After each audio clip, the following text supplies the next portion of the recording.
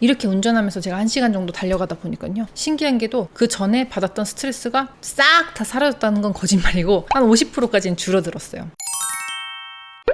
저는 퍼스널 브랜딩, 셀프 마케팅으로 월 1,000만 원 자동화 수익을 만들고 현재 부업 겸 취미로 무자본 창업, 수익형 브랜딩 블로그 강의, 전자책 강의, 브랜딩 컨설팅 일을 하고 있는 노마케터스 로마입니다.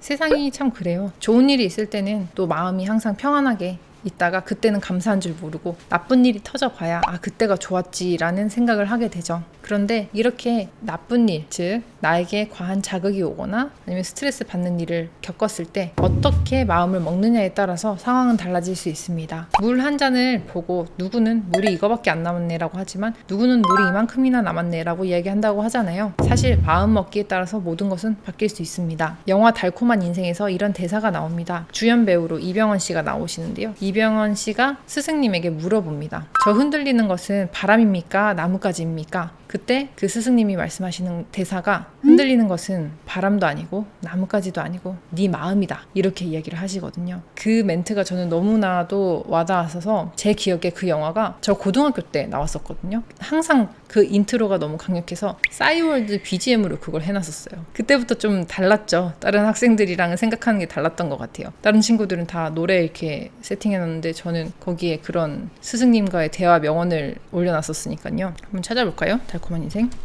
네, 2005년도에 개봉한 영화가 맞네요. 제가 고등학생 때였습니다. 자, 요는 내가 어떻게 마음먹기에 따라서 이 삶이 지옥이 될 수도 있고 천국이 될 수 있다는 겁니다. 혹시 이런 이야기 들어보신 적 있으세요? 한 사람이 죽음을 목전에 두고 천국과 지옥을 엿볼 수 있는 기회를 가지게 되었습니다. 그런데 지옥을 먼저 봤는데 많은 사람들이 연회장 같은 곳에서 상다리가 휘어질 정도로 많은 음식 앞에 앉아 있었는데 모두 다 너무나 우울한 모습으로 빼짝 말라 있었던 거예요. 자세히 보니까 사람 팔 길이보다 더 긴 1m가 넘는 숟가락을 손에 쥐고 있었던 겁니다. 숟가락이 기니까 어떡해요? 먹을 수가 없잖아요. 숟가락이 짧아야 먹을 수 있는데. 그래서 이렇게 먹으려고 막 시도를 하다가 결국 포기를 하고 다 쫄쫄 굶어가고 있었던 거예요.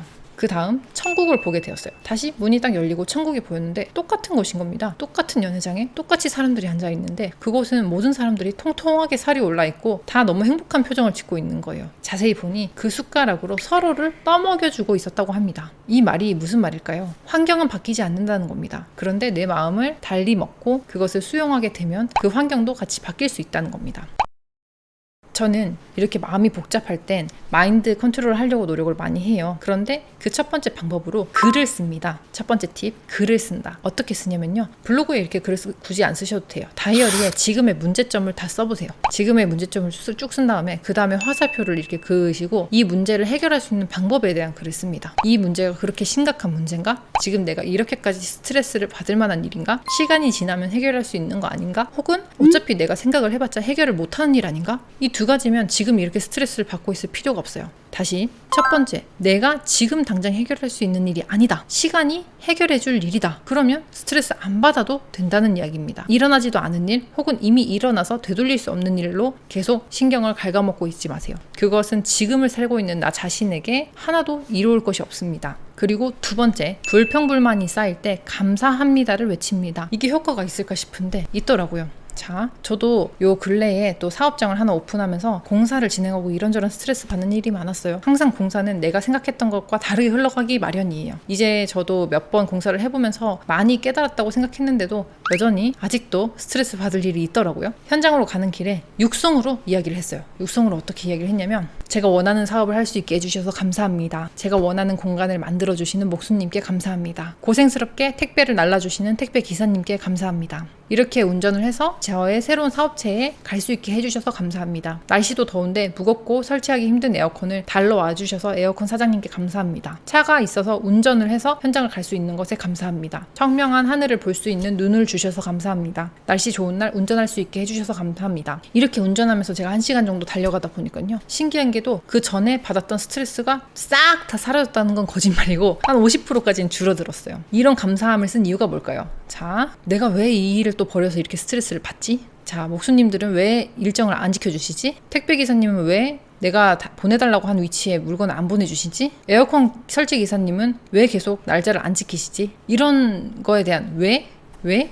저렇게밖에 일 처리를 못하지? 라고 계속 물음을 만들다 보니까 스트레스를 너무 많이 받는 거예요. 그것을 반대로 감사함으로 틀어본 겁니다. 그러니까 진짜 감사해지더라고요. 참 사람 마음이 신기하죠?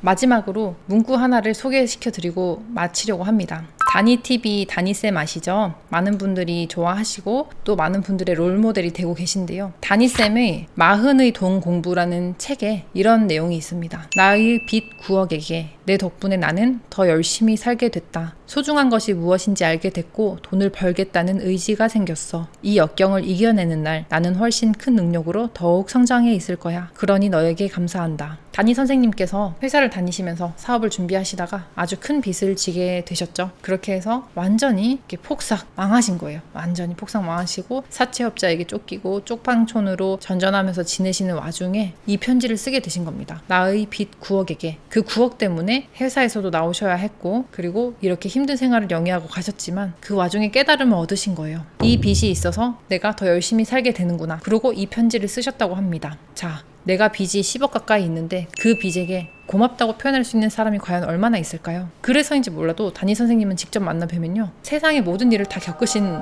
편안한 표정이세요. 인상이 이게 참 좋은 인상이구나, 그 후광이구나 라는 느낌이 들 정도로 세상 모든 풍파를 다 겪으신 느낌이 들거든요. 근데 그렇게 지금의 위치까지 올라가게 되신 수백억 부자가 되시고 부동산으로 완전히 다시 원래보다 더 지금 잘 되고 계시잖아요. 유튜브도 60만 구독자가 되셨고. 그런데 이런 마음가짐이 있으셨기 때문에 가능했다고 저는 생각해요.